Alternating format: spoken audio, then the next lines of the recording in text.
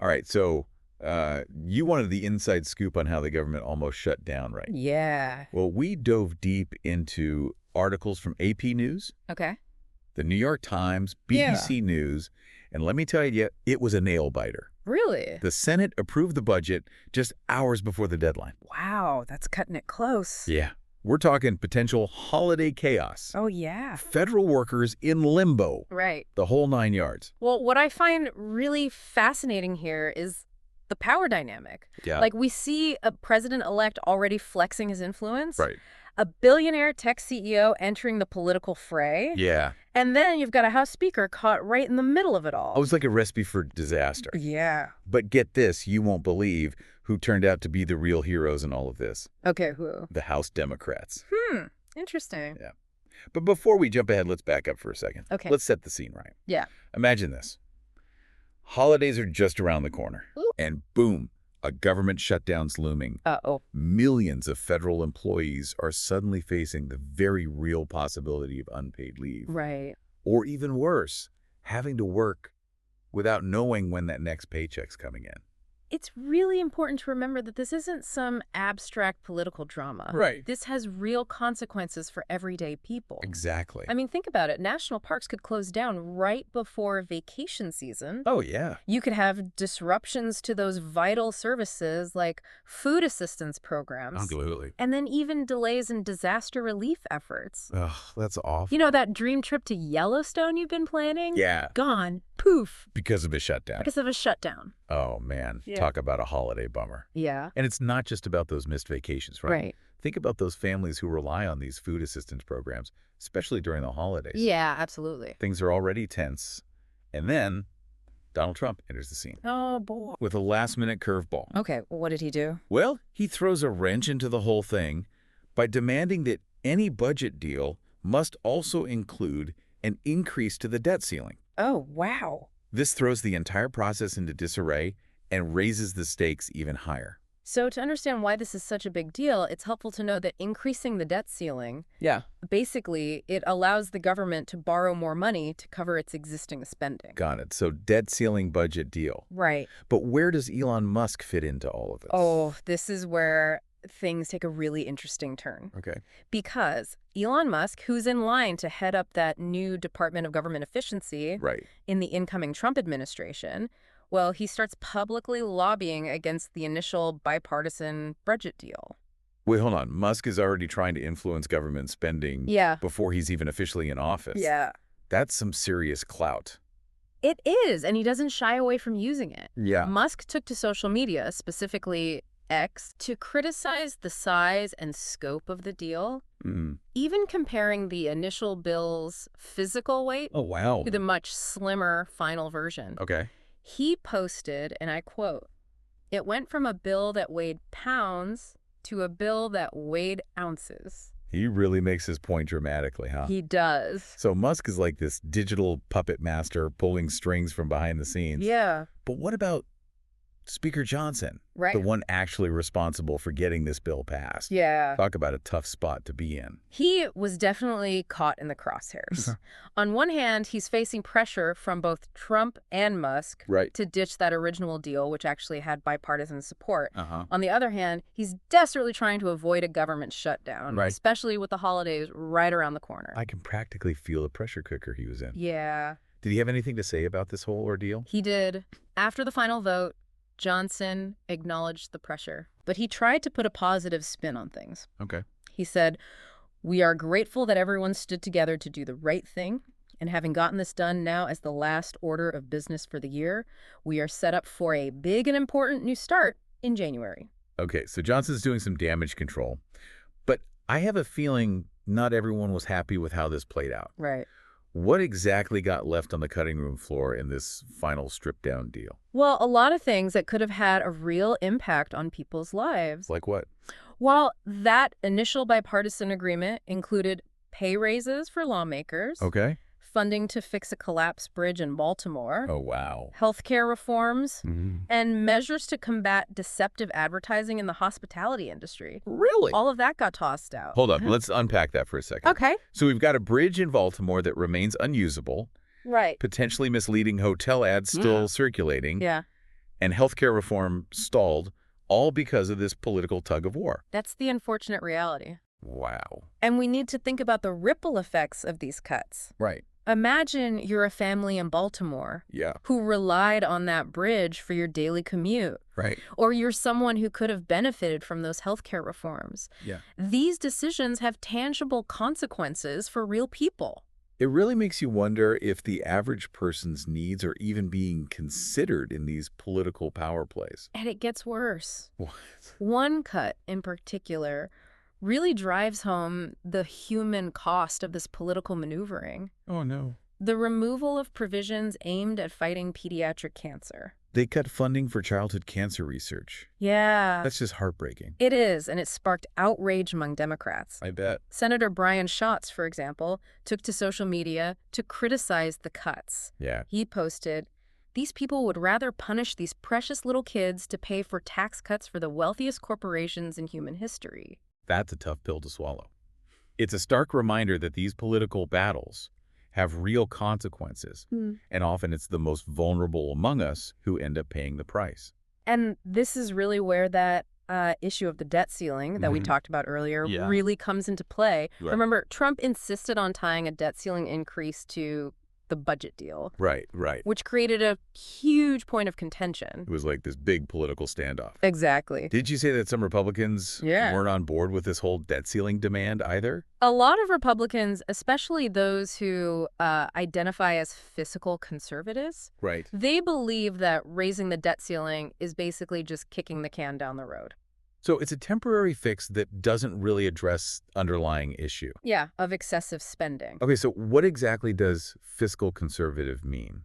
Well, fiscal conservatives, they basically advocate for things like lower taxes, Right. reduced government spending, Right. and minimal government debt. So it's all about being cautious with government spending and avoiding racking up too much debt. Right. Okay, that makes sense. So back to that debt ceiling standoff. Right. This is where the House Democrats really step up. Oh, wow. In kind of a surprising way. Okay. They were understandably frustrated Right. with the final version of the budget bill, Yeah. especially with those cuts to things like pediatric cancer research. Right.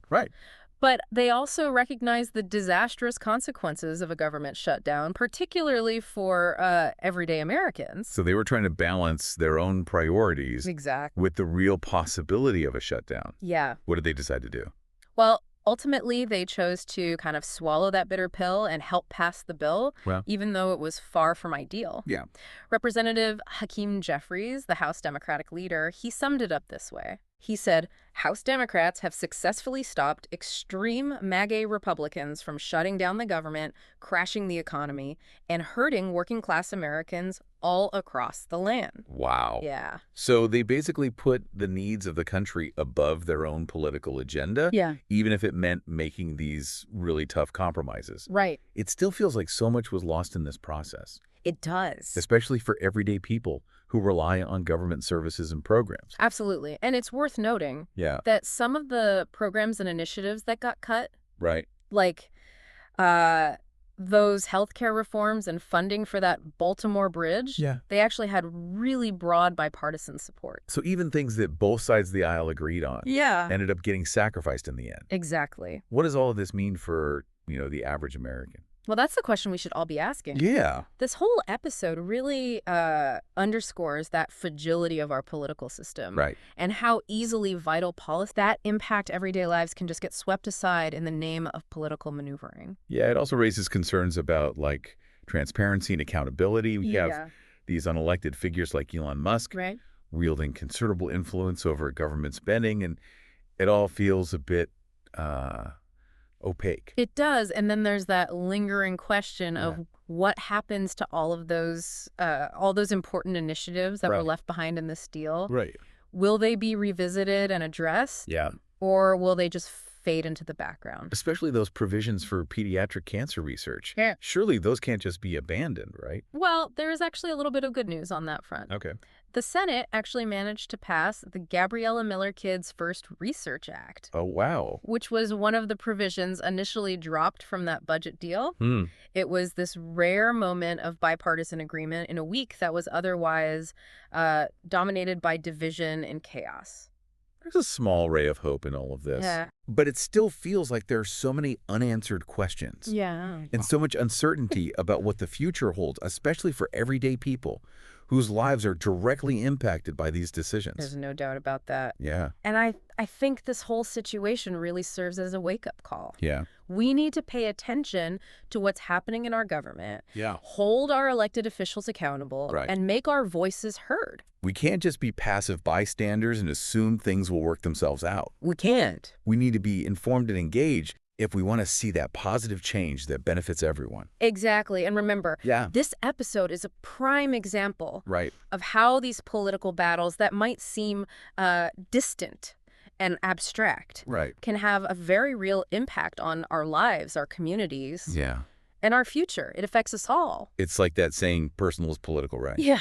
What happens in Washington, even with things like the debt ceiling and these budget deals, it has these ripple effects that reach every corner of the country. Absolutely. From families struggling to put food on the table, Right. to kids battling cancer. And that leads us to another crucial point. Okay.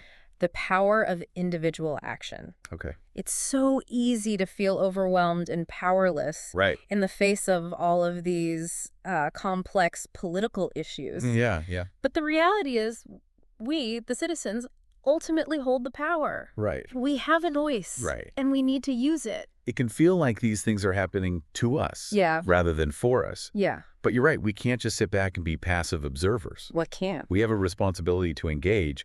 But how do we do that? Well, there are actually a lot of ways Okay. to make your voice heard Okay. and influence that political process, Yeah. even from outside the halls of power. Okay.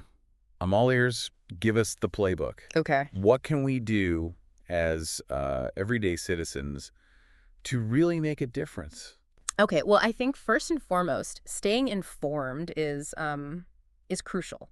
Right. You know, don't just rely on sound bites or social media for information. Yeah. You know, read those articles from reputable news sources. Okay. Follow those political developments and really engage in those thoughtful discussions, Right. even with folks who might hold different viewpoints than you do. So knowledge is power, basically. It really is. And never underestimate the power of contacting your elected officials Yeah. directly. Okay. I mean, write those letters, Okay. make those phone calls, attend those town hall meetings, Right. really let them know what you're concerned about Uh-huh. and what policies you'd like to see them prioritize. I have to admit, sometimes it feels like those calls and letters kind of just vanish into thin air. I know it can be frustrating, Right. but persistence is key. Okay. Keep those calls and letters coming. Yeah.